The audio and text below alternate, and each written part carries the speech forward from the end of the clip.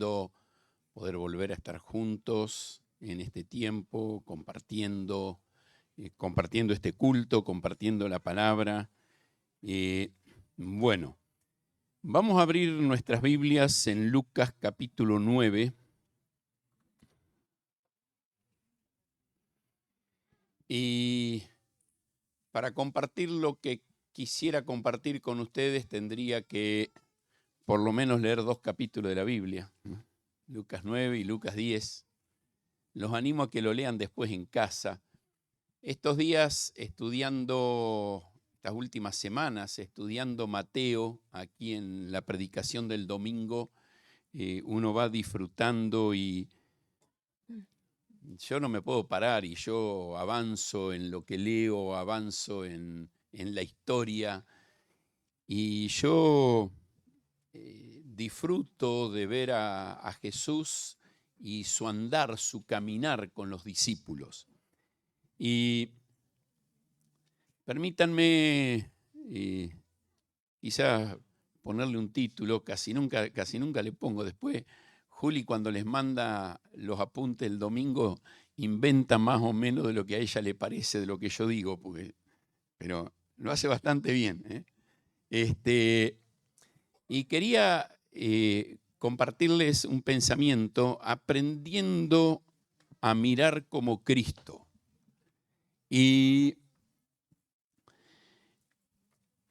el capítulo 9, que no lo vamos a leer, pero vamos a marcar varias cosas del capítulo 9, es pensando justamente en Jesús caminando con los discípulos y modelando para ellos, para que ellos puedan aprender.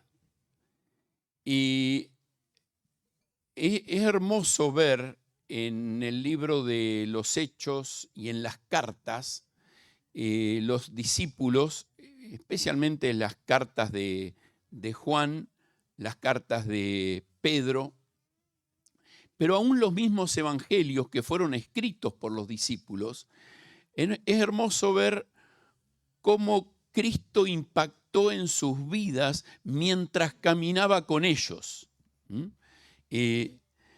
Por eso quise poner este título, ¿no es cierto? Aprender a mirar como Cristo. La única forma de aprender a mirar como Él es caminando con Él.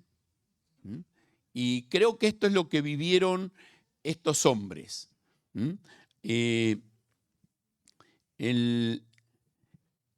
Y lo marco como un primer punto, observando su actuar. Creo que para aprender a mirar como Cristo hay que aprender a mirar cómo Él actuaba.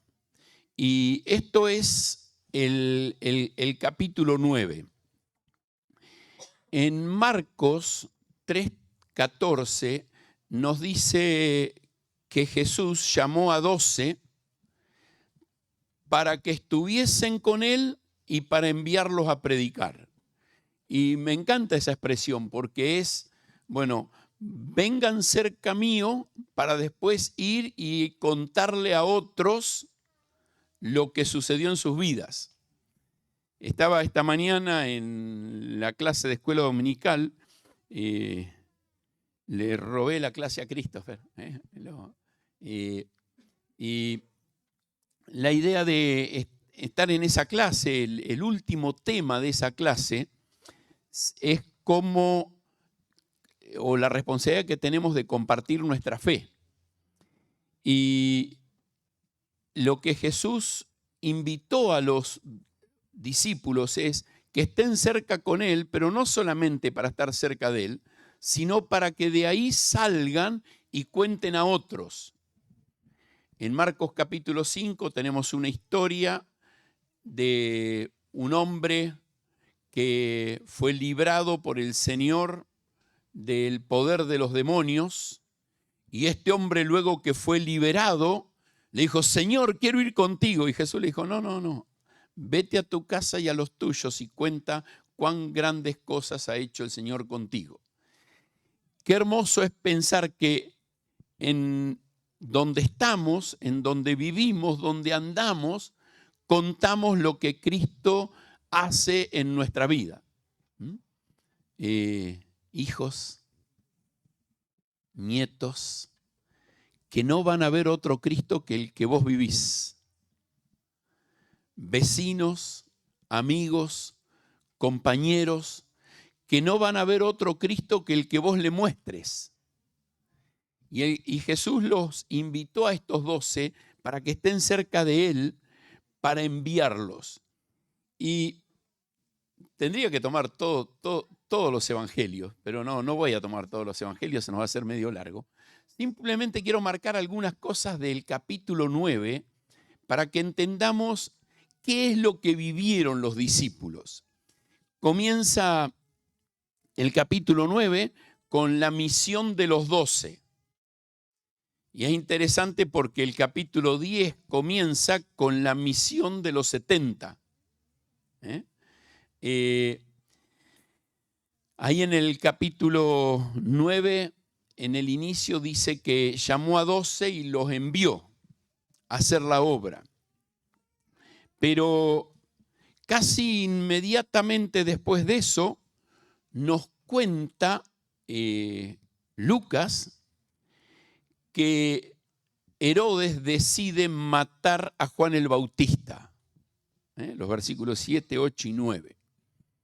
No nos cuenta ahí toda la historia de la muerte de Juan el Bautista, lo hace en otro evangelio, lo pueden buscar, pero ya Juan el Bautista había cumplido su misión de anunciar la venida de Cristo.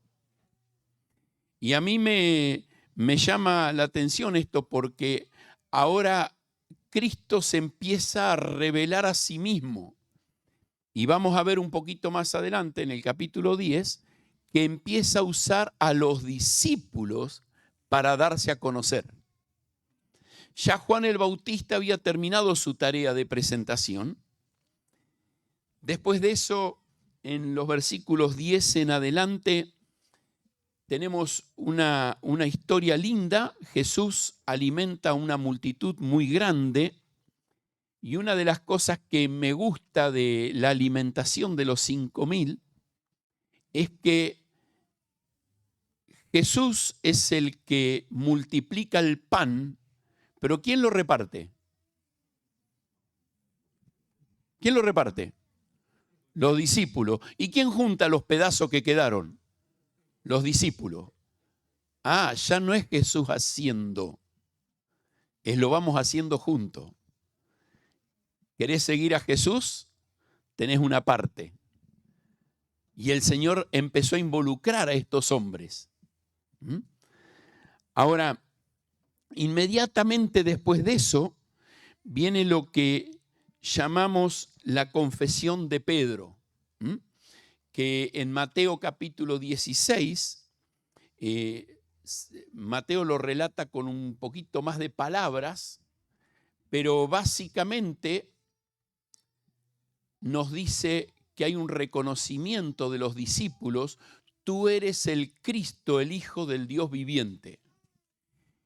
¿Y por qué es importante este concepto? Fíjense ahí en el versículo 20, Pedro dijo, el Cristo de Dios. Y en Mateo 16 dice, tú eres el Cristo, el Hijo del Dios viviente. ¿Por qué es importante este concepto, que ellos lo hayan aprendido de Jesús? Porque no era un hombre más, no era un hombre común, no era un profeta.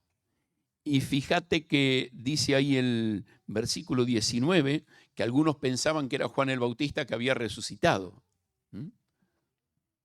El que pensaba eso era Herodes, ¿no? Herodes le había mandado a cortar la cabeza a Juan el Bautista y ahora aparecía Jesús y dice, ¿no será que este es Juan el Bautista que volvió de la muerte a pedirme cuenta? Un hombre muy perverso, muy malo, muy oscuro, uno de los líderes más oscuros que tuvo la nación de Israel. Y este hombre en su perversión aún tenía este temor. ¿Y cuál es la declaración de los discípulos? Tú eres el Cristo, dice Mateo 16, el Cristo, el Hijo del Dios viviente. ¿Mm? Y realmente hay un reconocimiento ya de la persona de Jesús. Ya no como tal vez sea el Mesías, tal vez este sea el profeta de Dios, tal vez, no, ahora empieza a firmarse una seguridad. Y entonces Jesús anuncia que va a morir, versículo 21 en adelante. Y él habla de el padecimiento en la cruz del Calvario. Y yo me imagino en la mente de los discípulos el cruce de cables, ¿no? Es el Cristo, el Hijo del Dios viviente, y me habla de muerte. Inmediatamente después de eso, viene la historia que conocemos como la la transfiguración. Jesús lleva a 3 de sus discípulos a un lugar especial, a un monte, y allí hay una revelación nueva del Padre en cuanto a quién es Cristo, el Hijo amado, y aparecen ahí 2 de los profetas en una manifestación, Moisés y Elías, y se ve la gloria de Dios. Los discípulos reconocen quién es Cristo. Él habla de su programa, de su muerte, y de repente este tiempo especial, esta manifestación del Señor, y bajan del monte y un conflicto con Satanás mismo, con un endemoniado. Y el Señor muestra su poder dando libertad a este hombre. Y lo siguiente, vuelve a hablar de su muerte, como diciéndole, no se queden en el monte, porque va a venir un momento de dolor, que es la cruz del Calvario. Inmediatamente después de eso viene una nota triste. Si ustedes miran ahí los versículos 46, 47 y 48, la nota triste es, ¿qué puesto voy a ocupar yo en el reino? El Señor está haciendo un proceso de ir formándolos y ellos no entienden lo que está pasando. Y no sé si es difícil de darte cuenta, pero más o menos es lo que nos pasa a nosotros, ¿no?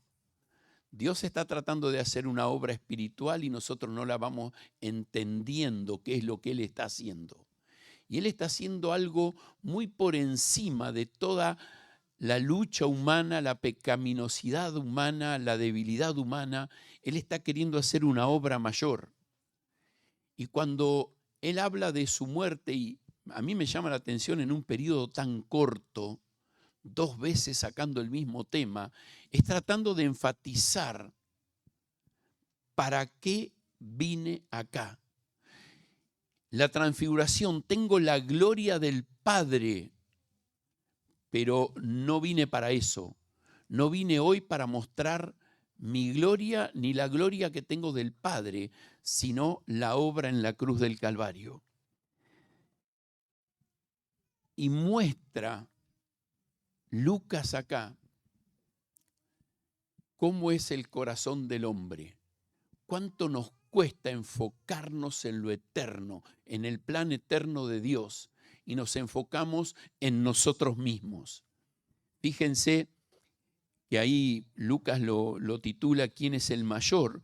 Y el concepto siguiente, hay una lucha con aquellos que predican a Jesús, pero no lo siguen a Jesús. Y Jesús les dice, no se lo prohíban, porque si no está contra nosotros, está a favor nuestro. No estoy puesto para luchar contra aquel que hace quizás las cosas distinto y a su manera. Yo tengo que estar seguro en dónde me quiere Dios a mí.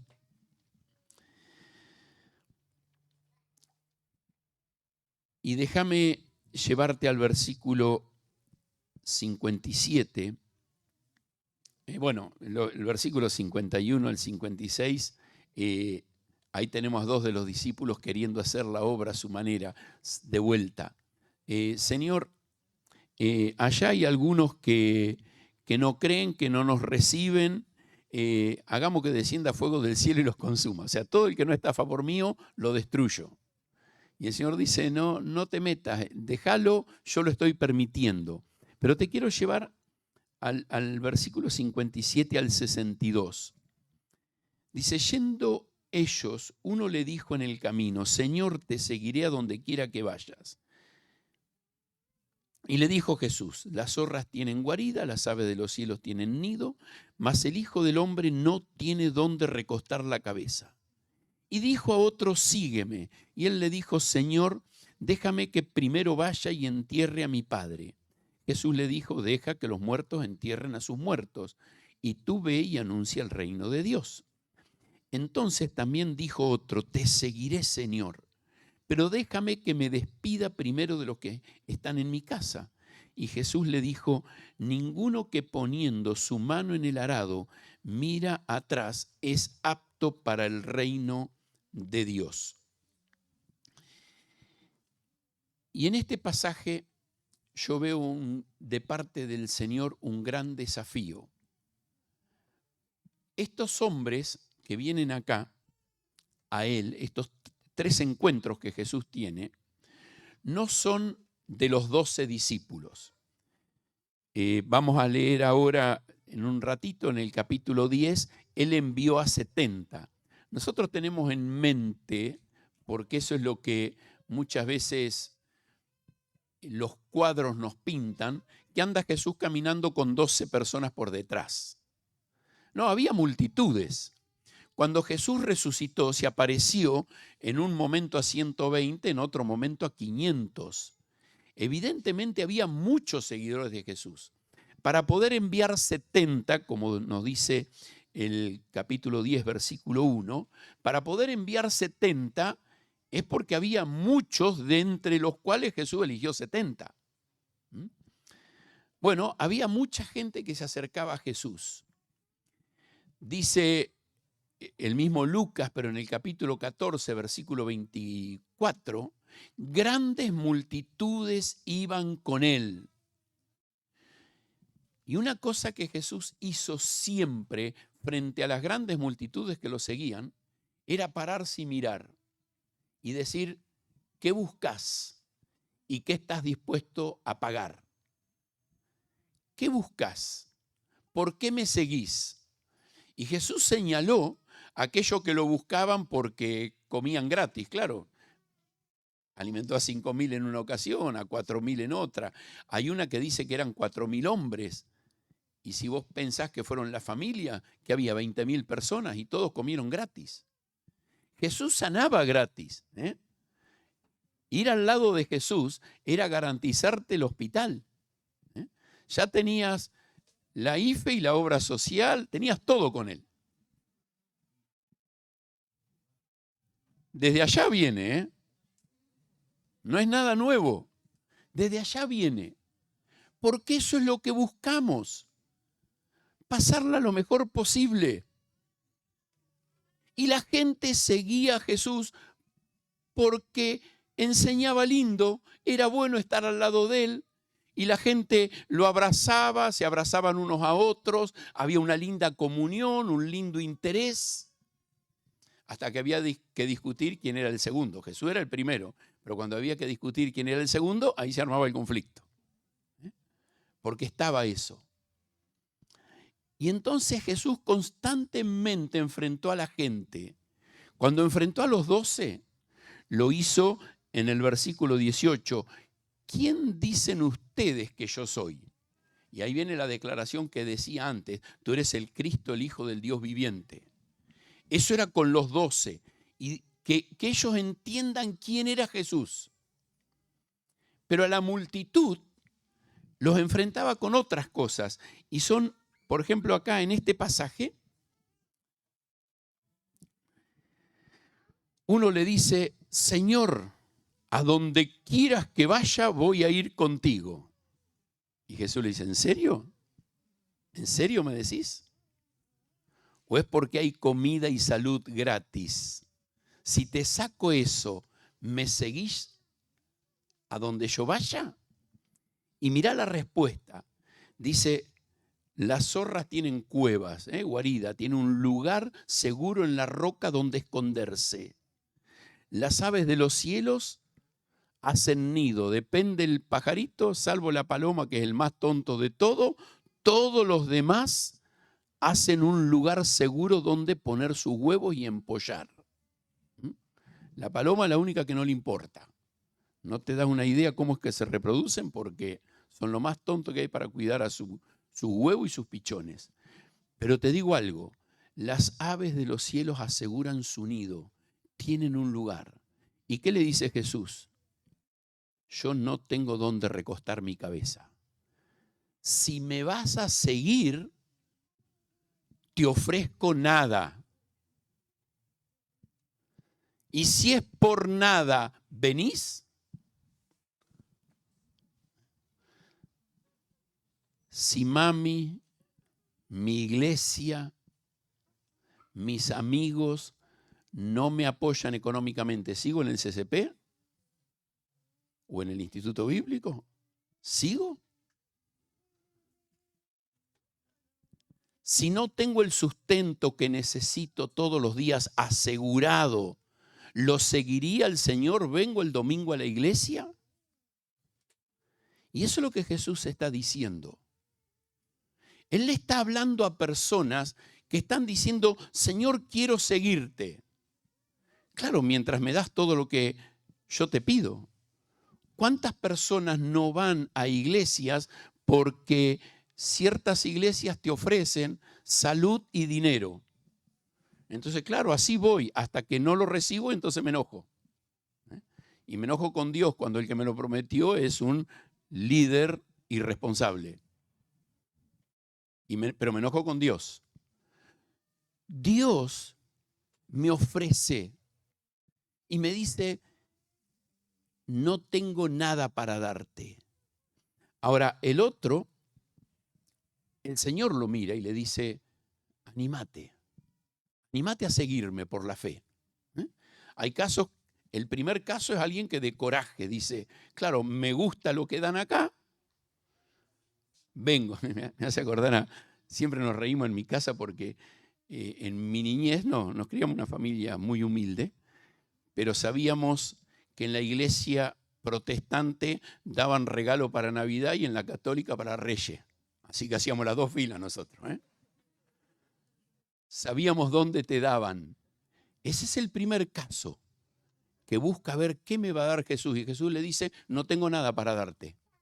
El segundo caso es alguien que Jesús mira y dice, te quiero desafiar. ¿Te quiero desafiar a qué? A que me sigas. Y el hombre le dice, está bien, estoy dispuesto a seguirte, pero deja que vaya primero y entierre a mi padre.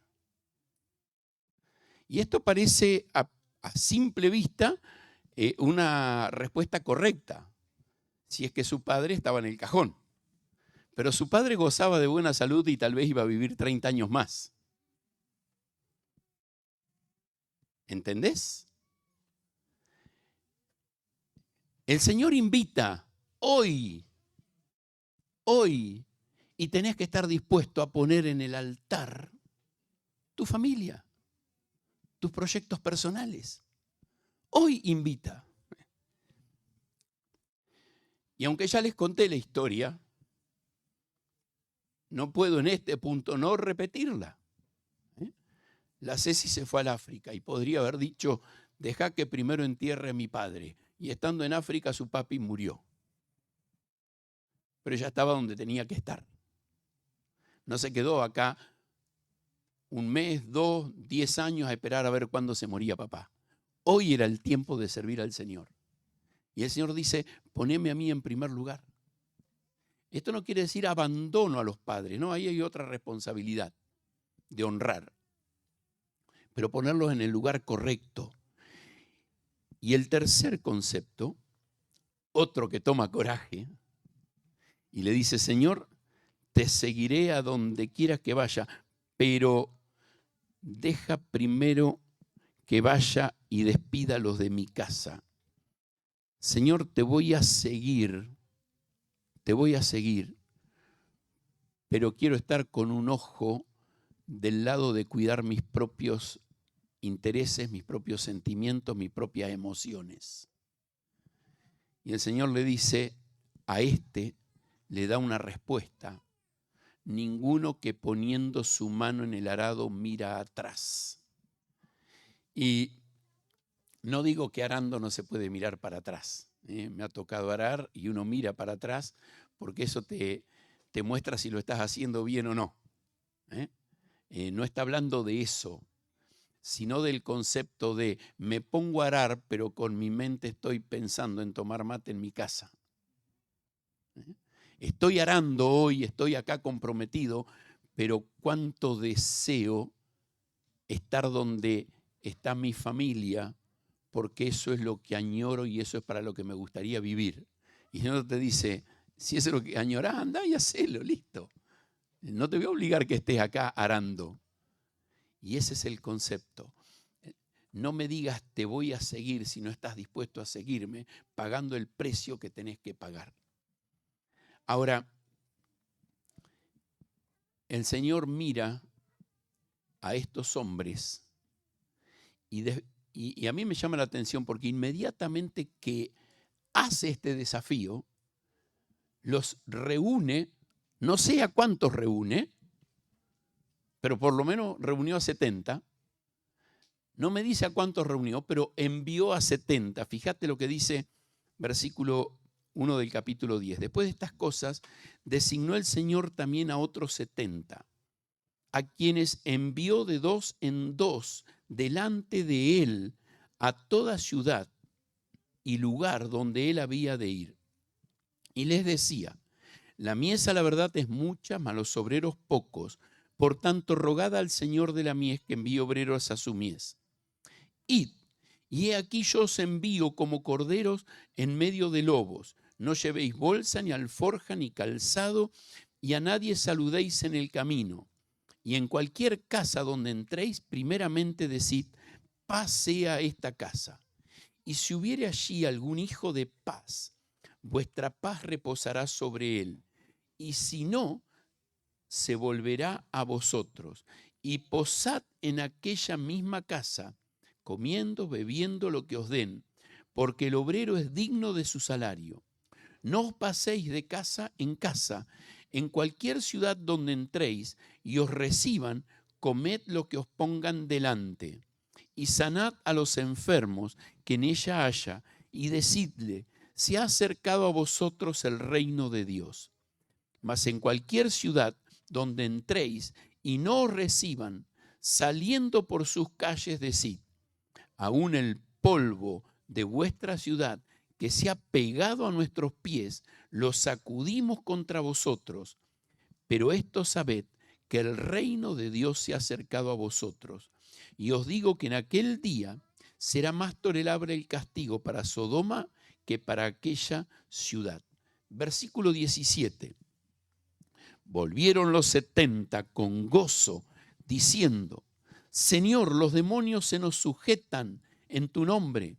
Y él les dijo, yo veía a Satanás caer del cielo como un rayo. He aquí, os doy potestad de hollar serpientes y escorpiones, y sobre toda fuerza del enemigo, y nada os dañará. Pero no os regocijéis de que los espíritus se os sujetan, sino regocijaos de que vuestros nombres estén escritos en los cielos. Y acá quiero marcar el segundo concepto, escuchando su instrucción. Jesús es claro diciendo sus instrucciones de cómo se tiene que hacer la tarea. Y yo lo miro a Jesús en un entrenamiento eficaz.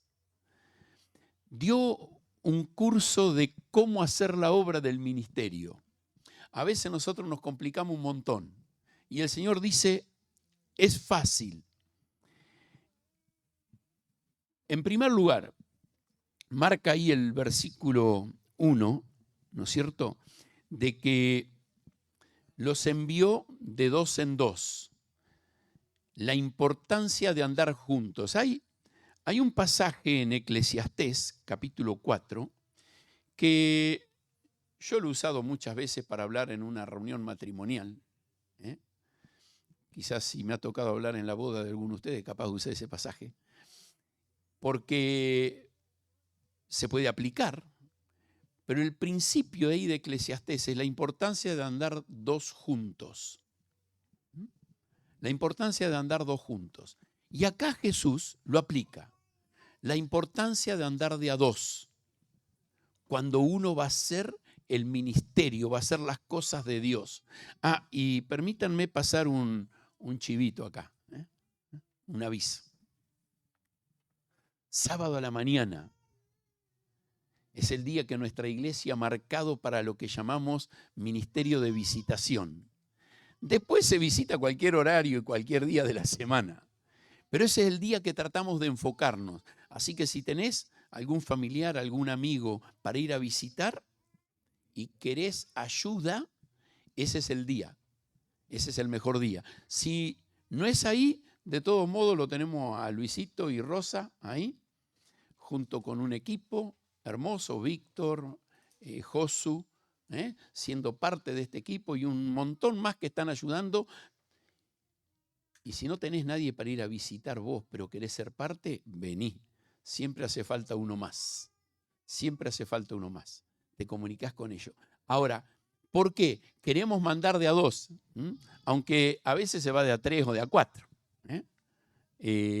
No es la idea es no ir solo, sino ir acompañado. Ahora, el otro aspecto que marca acá el versículo 1, dice, para enviarlos delante de él. ¿Quién vino como mensajero para ir delante de Jesús? Juan el Bautista. ¿Y dónde estaba Juan el Bautista? Muerto, la cabeza por un lado, el cuerpo por otro. Y Jesús dice, no lo tengo más a Juan, ahora los mando a ustedes. Ojo, capaz que le pase lo de Juan el Bautista. Porque es lo que dice más adelante en el pasaje. Quizás algunos no los reciban. Un pasaje que salteé ahí en el capítulo 10 es la declamación de Jesús contra dos ciudades, Corazín y Betsaida, ciudades endurecidas que rechazaron el evangelio. Corazín es conocida como Capernaum. ¿Saben? Capernaum es la ciudad que tiene la sinagoga más grande de todo Israel. La sinagoga es el lugar de reunión judío fuera del templo. El templo era uno solo en Jerusalén. La sinagoga era los lugares de culto en los lugares donde vivían los judíos. La mayor de las sinagogas de la época estaba en Capernaum.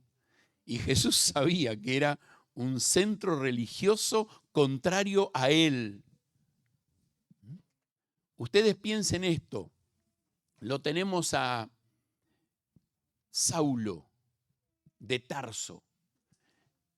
Él participa en la muerte de Esteban y luego va a Damasco a tomar preso a personas y encarcelarlos para perseguirlos. Eso era lo que vivía el judaísmo.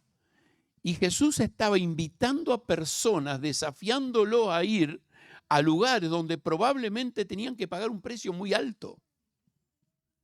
Y está diciendo, los voy a enviar de dos en dos, pero los voy a ir a un lugar donde tal vez los rechacen y hasta los persigan. A ver, hay dos muchachos que necesito que me ayuden. Titi y Carlos. Julio, ¿qué día es la salida de evangelismo de los niños y de los jóvenes? Lo agarré en Orsay. 16. Tercer fin de semana de julio. Tercer fin de semana de julio. Así como fuimos a Guernica, pero no de la misma manera, lo estamos programando distinto. Hay familias que van a ir con el Ministerio de Niños, otra con el Ministerio de Jóvenes. Y estamos hablando con iglesias para ir algunos. ¿Y saben qué hace falta? Que todos vayamos. Ese día no va a haber visitación acá. Vamos a ir a hacer visitación allá. Probablemente suspendamos varios otros de los programas. El de jóvenes, todavía no hablamos con Christopher, pero está marcado ahí. Seguro que vamos a suspender la escuela de música y vamos a ir a tocar música en el lugar donde vamos. ¿Tenés auto? Necesitamos tu auto. El Señor lo necesita, no nosotros. El Señor quiere invitarte a que seas parte. Y donde no, si no vamos en micro, pagamos remis. Pero necesitamos entender que como iglesia tenemos que ir. Así como Jesús envió a estos. Es muy claro de que el Señor los envía. Y fíjate la evaluación que hace Jesús. Ahí en el versículo, a partir del versículo 2. La mies es mucha. La tarea es grande. Es más grande que lo que una persona puede hacer. Es más grande que la tarea que una de las áreas de la iglesia puede hacer. Es más grande que lo que una iglesia puede hacer. Por eso trabajamos tanto en tratar de enfocar la comunión de las iglesias bíblicas misioneras. Porque es una tarea que es muy grande. Podemos observar números. 8.000 millones de personas viven en el mundo. ¿Cuántos viven en Argentina? Alguien escuchó noticia, ¿eh? Alguien escuchó noticia. Hasta ahora nos venían diciendo que éramos 40, que tal vez éramos 44. Y se dieron cuenta que todavía sin haberlos contado todos somos 47 y algo. Así que debemos andar arriba de los 50. Eso es lo que estiman. 50 millones de personas, de los cuales 3 millones viven en La Matanza. Estamos acá. ¿Cuántos somos acá? 100. Con niños y todo un poquito más. 130, 140. Nos falta bastante, ¿no? Ahora el Señor dice, quiero que te lo metas en la cabeza. La tarea es grande. La tarea es grande. Ahora, ¿cómo alcanzamos esa gran tarea?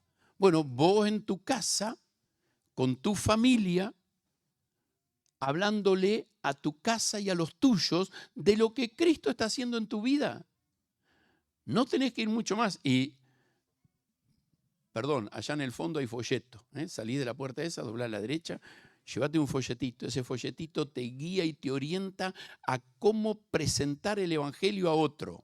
De una manera sencilla. Me decís, no sé cómo hacerlo. Bueno, ese es un primer paso. La mies es mucha, la tarea es grande y el Señor espera que muchos de nosotros seamos parte. La otra evaluación que hace Jesús es que los obreros son pocos, que los que quieren trabajar son pocos. Cuando miramos el final del capítulo 9, esos 3 aspectos que mencioné me muestran de que hay gente, pero no todos están dispuestos.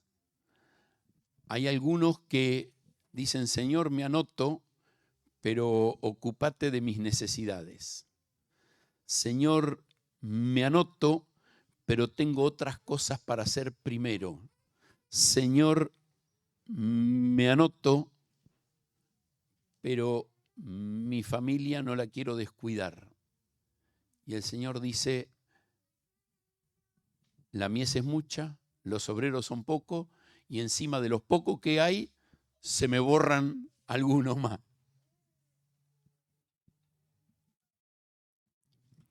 Y en esta evaluación que hace Jesús frente a sus discípulos, en esta evaluación, Él dice, quiero evaluar una cosa más. Vamos a orar para que el Señor levante más obreros. Hoy en la clase yo invité a los que tomaron la clase a orar por personas que no conocen a Cristo. ¿Sí? Que empecemos a orar por personas que no conocen a Cristo. Pero en esta reunión, quisiera que anotes ahí y que me gustaría que todos lo hagan. Y digas, Señor,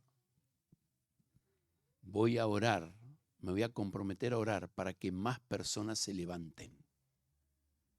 Ahora, no más personas que se levanten para ir a África, a la China. No, más personas que se levanten para hablarle al vecino, al compañero de trabajo, a la gente que conocemos, a la gente que nos cruzamos.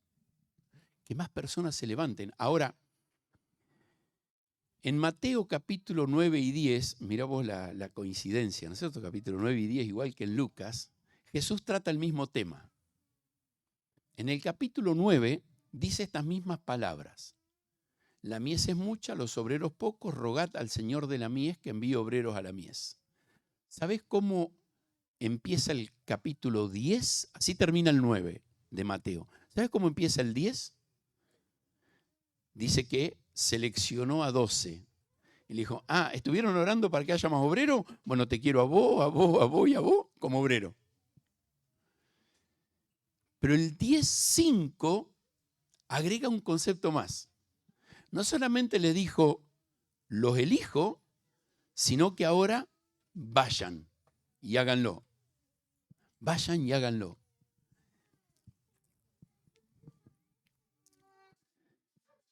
El rogar al Señor de la mies me involucra, porque muy probablemente el Señor me diga, vos sos la respuesta a tus propias oraciones. Ahora, después de esta evaluación, el Señor espera que se levanten vidas obedientes. Fíjate que dice en el versículo 3, vayan, id. Usa la palabra ahí, id. Y el concepto ir en el Nuevo Testamento es mientras van. Sería más específicamente yendo. Yendo, mientras vamos. Entonces no está diciendo solamente marcar un día y una hora y un lugar. No, caminá por la vida con la idea de que sos un obrero de la mies. Ahora, ¿es fácil? No. Él va a usar una expresión de que nos va a enviar en medio de lobos. Y esto habla de una lucha permanente, un ataque. Estamos en una guerra espiritual. El apóstol Pablo, escribiéndole a la iglesia en Éfeso, le dice que no tenemos lucha contra sangre y carne, sino contra principados, potestades y huestes de las tinieblas de maldad. Un comentario bastante común cuando salimos a compartir el Evangelio es, empecé a hablar y ni bien empecé a hablar, el nene empezó a llorar. O empezamos a compartir y ni bien empezamos a compartir, le empezó a sonar el teléfono y la llamaron. Más de una vez, yendo casa por casa, hemos pasado por un almacencito, un kiosquito, no entraba nadie hasta que empezaste a compartir el Evangelio. Y tuvo un cliente atrás de otro y vos ahí esperando a ver si tenés la oportunidad. Y la persona está interesada. ¿Saben? Hay una lucha espiritual. Hay una lucha espiritual que es real. Y el Señor dice, a eso los estoy mandando, quiero que lo sepan. Quiero que lo sepan. El otro concepto que marca en este desafío a vidas obedientes es confiar en la provisión de Dios. Confía en la provisión de Dios. Dice, no llevéis bolsa ni alforja. Esto no quiere decir que no tengo que ser responsable. Claro que tengo que ser responsable, pero no es mi preocupación. No es lo que me carga. El siguiente concepto es a quién le voy a hablar. Y acá Lucas lo menciona en el versículo 6, si hubiese algún hijo de paz. Tengo 20 personas para hablar, pero tengo tiempo para hablar con uno o dos. ¿A quién le voy a hablar? Bueno, es prestar atención en mi comunicación, qué respuesta hay. Y en base a eso, llevar el Evangelio. En México nos reímos porque hay un hombre que cuando hablamos con él, tiene 3 años de haber recibido a Cristo, dice, yo soy el hijo de paz. Porque alguien fue a su casa y pidió permiso para ir al baño, a su negocio, tenía un kiosquito. Y fueron 2 chicas, mientras una iba al baño, la otra le habló de Cristo. Y el hombre dice, yo estoy buscando a Dios. Una semana después, hace 3 años, nosotros visitamos México y fuimos al mismo lugar y me dice, vení Eduardo, vamos a hablarle a mi esposa. Y hoy lo ves bautizado, los dos en la iglesia, y ya un hombre de unos 50 años ha traído a su hijo, casado, sus nietos, vecinos, y él le habla a todo el mundo, don José. Él le habla a todo el mundo. Tiene una pequeña fábrica de zapatos, 3 o 4 maquinitas, y dice, no me funciona como negocio, pero hago zapatos a costo del material para regalar a niños pobres. Entonces justo había un amigo ahí pastoreando una iglesia cerquita y estaban entregando 200 pares de zapatos a niños. Justo cuando estuvimos nosotros era el Día del Niño. Y este hombre feliz de que servía al Señor fabricando zapatos para que por medio de esos zapatos se pueda predicar el Evangelio. Entonces él dice, yo soy el hombre de paz. Él se considera así el hombre que Dios usó para que el Evangelio entre en su barrio y ahora esté entrando en otros lugares. Y el Señor dice, identifica a esa gente, invertí en ellos, trabajá en ellos. Pero el otro concepto que quiero marcar es lo que el Señor Jesucristo le indica a los discípulos en cuanto al ministerio. Fíjense el versículo 9, la segunda frase. Decidles, se ha acercado a vosotros el reino de Dios. Hasta ahí eran instrucciones prácticas de cómo llegar a la gente. Incluso menciona sanar a enfermos, ¿no es cierto? Y creo que a través de esto tenemos una oportunidad. ¿Cuántas veces al compartir el Evangelio la persona está bloqueada porque tiene otra necesidad? Un problema de salud personal, familiar, falta de trabajo. Oremos por ellos, oremos con ellos para abrir una puerta de confianza. Pero no tenemos que olvidarnos que lo que tenemos que llevarles es el mensaje de salvación. Podemos hablarle de muchas cosas que son muchas veces buenas para abrir una puerta y hacer una conexión. Pero mi objetivo es llevarle el mensaje de salvación. Y te lo voy a resumir acá, en el contexto de Jesús, el mensaje de salvación que estaban llevando era el reino de los cielos se ha acercado. Era el mensaje para los judíos que tenían que volverse a Cristo como el Salvador.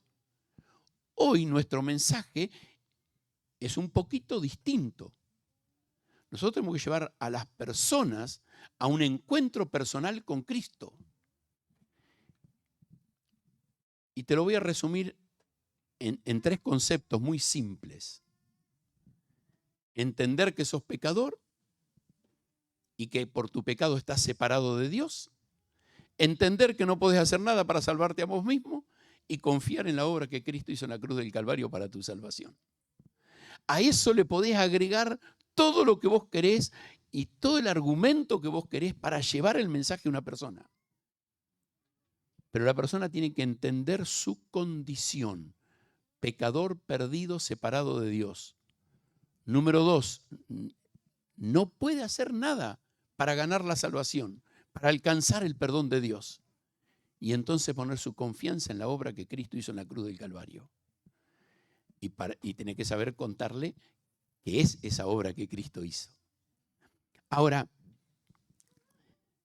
sabiendo que vamos a un lugar difícil en medio de lobos, sabiendo que el Señor se va a encargar de nuestras necesidades mientras vamos, sabiendo que Él nos va a guiar a dónde vamos a llevar el Evangelio, nosotros tenemos la responsabilidad de tener claridad en la presentación del Evangelio. Y cuando hablamos de claridad, incluye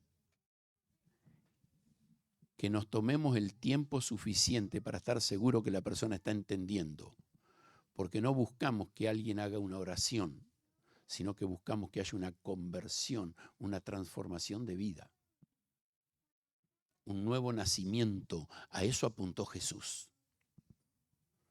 A eso apuntó Jesús, a que haya un nuevo nacimiento, una conversión real. Y hay personas que lo entienden en el momento. Me acuerdo de este hombre José. Y hay personas que le lleva un año y todavía no lo entienden. Esa es la obra del Espíritu Santo en la vida de una persona y yo soy solo el mensajero. Sigo anunciando el mensaje de salvación por la fe. Ahora, hay una palabrita que no se usa, pero yo quiero agregarla como un tercer punto. No puedo hablar mucho porque no lo dice el pasaje. Obedecieron su mandato. ¿Y cómo sé que obedecieron su mandato? Y mirá lo que dice el versículo 17. Y volvieron los 70. O sea, quiere decir que fueron. Fueron. En ningún lugar en el pasaje dice que fueron. Dicen que Jesús los mandó y que volvieron. Entonces, evidentemente fueron. Y esto es hermoso porque nos muestra, y vuelvo a decir algo que dije antes, no sé cuántos estaban en el grupo, pero por lo menos había 70.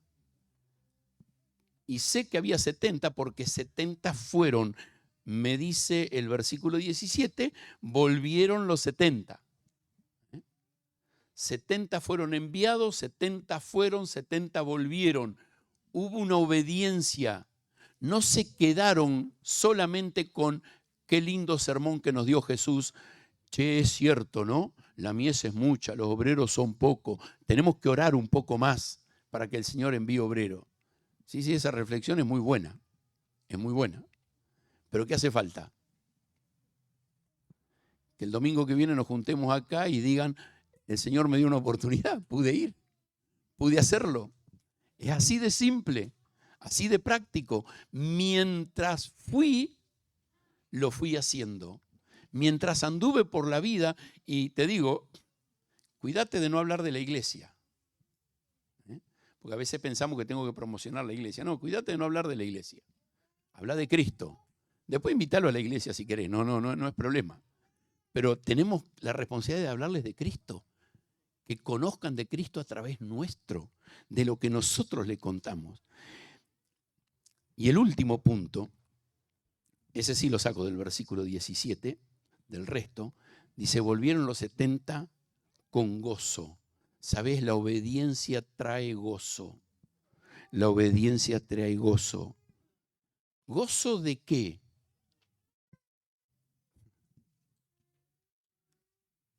Jesús los enfoca en que el gozo esté en la obediencia y en el servicio, no en el resultado. Porque ellos cuentan, hicimos esto, hicimos aquello, pasó esto, pasó aquello.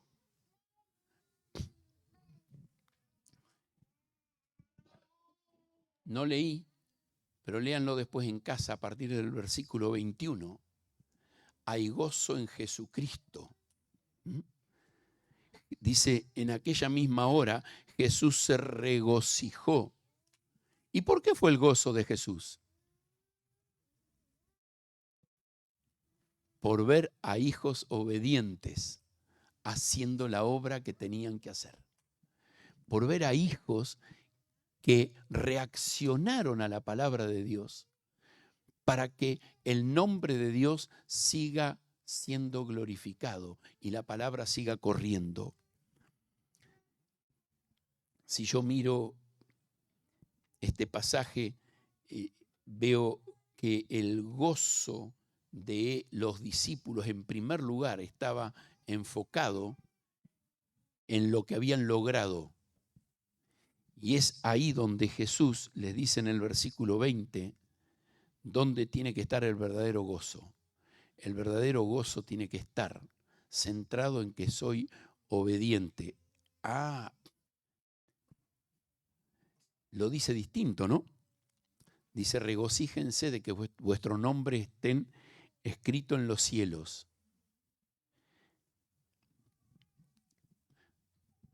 Y yo me hice una pregunta para mí. Me la hice para mí. ¿Será que si no estoy siendo obediente, quizás sea simplemente un religioso? Y no quiero meter la duda de tu salvación en nadie. Pero ¿qué me motiva? ¿Qué me motiva? ¿El resultado o el obrar de Cristo en mi vida? Y el obrar de Cristo en mi vida hace que yo quiera lo mismo para los otros, que yo quiera eso mismo para la gente que está alrededor mío, y que yo disfrute y me deleite en ver lo que Dios puede hacer en otra vida. Y piense en la eternidad. Compartía en la clase anterior, si yo entiendo que el que no conoce a Cristo, con quien me relaciono, se va al infierno, ¿cuánto más me motivaría a decir, bueno, ¿qué más puedo hacer? ¿Qué más puedo hacer? Y ese tiene que ser nuestro principal objetivo. Oramos por necesidades que tenemos nosotros y gente que amamos a nuestro alrededor. Pero la mayor fuerza en nuestra oración tiene que ser para que esas personas a quienes amamos y en quien ponemos nuestro corazón lleguen al conocimiento de la verdad y sus nombres también estén inscritos en el libro de la vida. Y muchas veces con dolor vemos partir a esas personas sin Cristo. Pero yo mientras tanto hice lo que tenía que hacer. Mientras tanto, y fui fiel. Y esa es mi responsabilidad. Ahí, en los versículos 21 al 24, el Señor Jesucristo desafía a los discípulos a ver y entender que Dios está haciendo una obra y que yo tengo que alinearme con la obra de Dios. Y le dice a los discípulos ahí en el versículo 23, bienaventurados los ojos que ven lo que vosotros veis. Yo me imagino a estos hombres disfrutando y deleitándose del obrar de Dios. ¿Cuál es el deleite del hombre? Mirar sus logros o los logros de su comunidad y sobre eso pararse con orgullo. Siempre digo, a mi papá le encantaba pasar por una calle y mirar un alambrado que salía desde esa calle hacia allá y que estaba derechito y decirte, ese lo hice yo. Y era bueno el viejo en eso, era bueno el viejo en eso. Lo he visto hacer trabajos muy lindos, muy buenos. ¿A dónde está ese alambrado hoy? Tirado por las vacas con el paso del tiempo. O ya no hay más vacas, entonces se sacó para sembrar soja. No existe más. Cuando vos trabajás para la eternidad, sabés que lo que haces queda para la eternidad.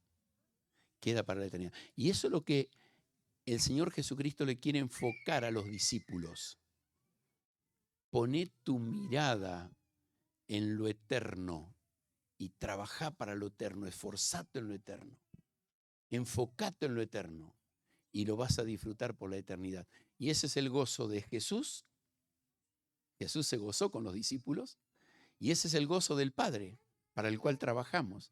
Él nos salvó y nos da una oportunidad de vivir una vida en obediencia para juntar para la eternidad. El Señor caminó al lado de los discípulos mostrando quién era y mostrando su grandeza. Te hago una invitación. Anotá cada día las grandes cosas que el Señor ha hecho por vos. Si podés hacer memoria para atrás desde el día que le conociste como Salvador. Y el gozarte en lo que el Señor hizo en vos te va a motivar para decir, el Señor tiene esto mismo para aquellas personas que yo amo, que están cerca mío. Familias, amigos, vecinos.